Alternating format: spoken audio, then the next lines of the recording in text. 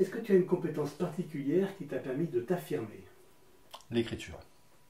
Quelque chose que j'ai découvert alors que j'étais en troisième au collège de Pézenas. Bien entendu, on faisait des rédactions, ou en classe, hein, ou à la maison.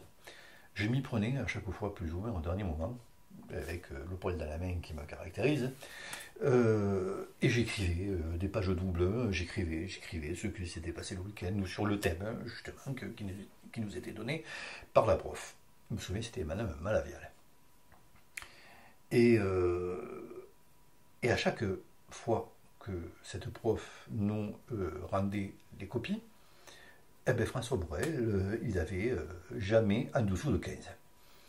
Ce qui faisait, bien entendu, quand nous sommes en troisième, rigoler les autres, hein, qui se retournaient, ah, ça y est, mais pourquoi tu as eu 15 et tout le monde me regardait. Moi, le premier, je regardais la prof, je me dis, qu'est-ce que j'ai fait? J'ai écrit ça au dernier moment, et j'ai écrit, bon, ben voilà. Oui, non, mais bon, ça va. À force, je vais te surnommer Victor Hugo, toi, parce que, et effectivement, à la fin, parce que j'ai eu 2 ans d'affilée. D'ailleurs, Madame Malavial, à la fin, d'ailleurs, bon, ben, François, non, pardon, Victor Hugo, voilà, et à chaque fois, elle s'est régalée en étant, il faut se replacer à l'époque, moi, en troisième, où je n'avais pas encore explosé, timide, réservé, j'avais plus envie de me mettre, de creuser mon trou que d'être fier. Et voilà, donc, et ça a commencé, et c'est maintenant, donc, effectivement, que je me souviens, à l'époque, hein, de ce que je faisais, bon, de cette espèce d'aptitude que j'ai au niveau de l'écriture. Et j'avais essayé, bon, c'est toujours plus ou moins court, mais je n'ai pas le temps de m'en occuper, de monter une espèce de micro-société d'écrivains publics pour écrire des trucs ou au niveau de l'administration ou au niveau de privé. Pas loin de chez moi, j'avais été contacté par une personne il y a. Oui, ça fait 10 ans qu'on est là. Ouais, il doit y avoir 5-6 ans, par là, peut-être un peu plus, qui avait des problèmes avec sa fille. Hein, elle voulait renouer avec sa fille. Hein, elle avait plus ou moins entendu parler de moi. Je lui ai dit, écoutez, ouais, pas de problème, je vais venir vous voir. J'ai passé 1 heure avec, même un peu plus d'ailleurs, 1 heure et demie, 2 heures avec elle. Et je l'ai écoutée.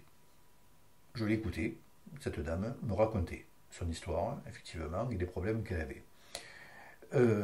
Et à la fin, il me dit, bon, regardez, si vous pouvez faire quelque chose, si au moins lui écrire une lettre pour lui faire comprendre que, etc.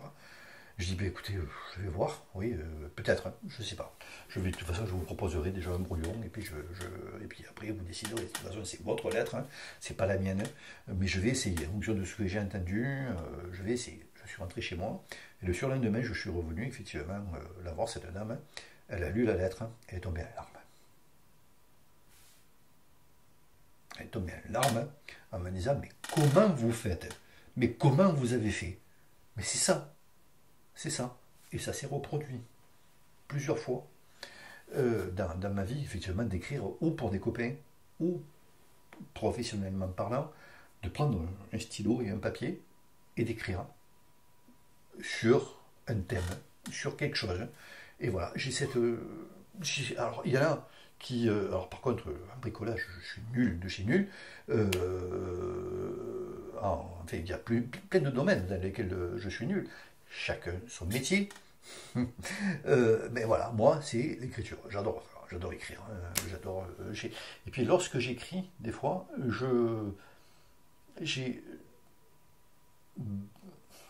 failli dire j'ai besoin. Je, je suis bien. Enfin, je me retrouve vite, pas de suite, mais je me retrouve vite comme s'il y avait une espèce de cocon qui se construisait autour de moi. Je n'entends plus rien. Je ne sens plus rien. Pour peu que Sylvie, enfin, ma femme, me fasse la cuisine, on mange. On mange. On mange. Je dis, oh, hein, quoi? Ah oui, oui, pardon. Ça sent bon. Pourquoi tu t'es pas rendu compte? Ben non. Voilà. Mais non.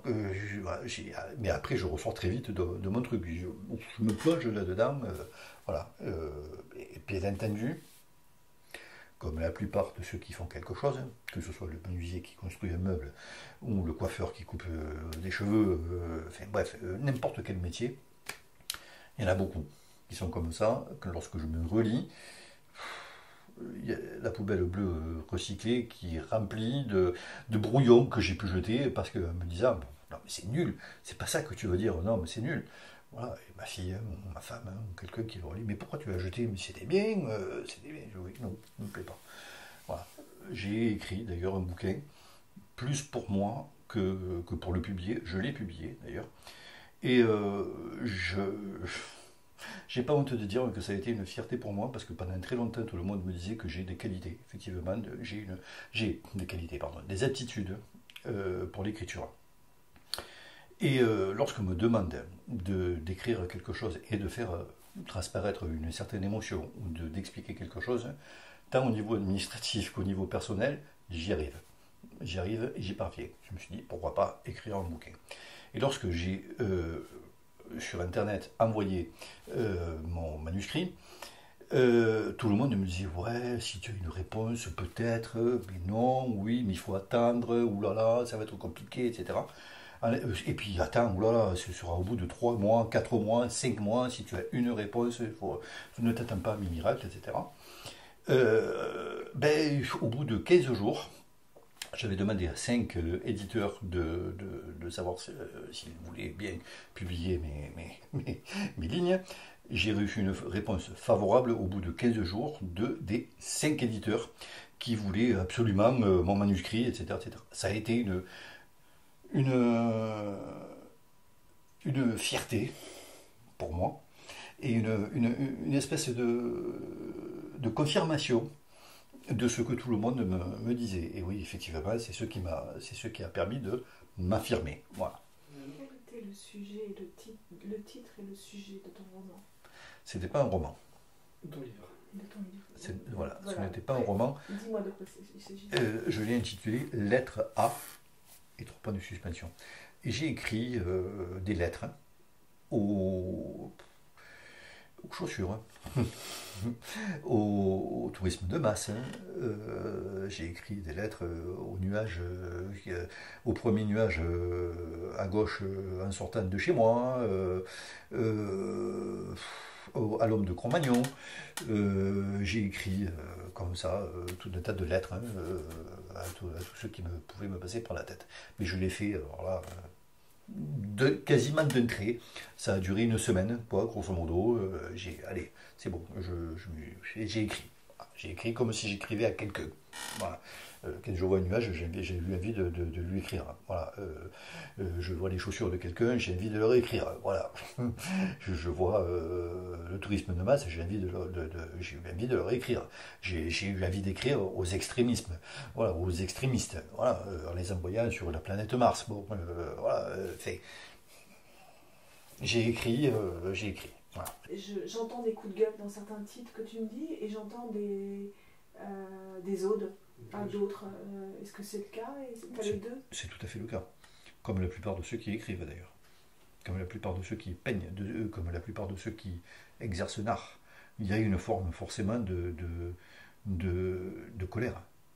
Il y a une forme d'expression que l'on veut transmettre.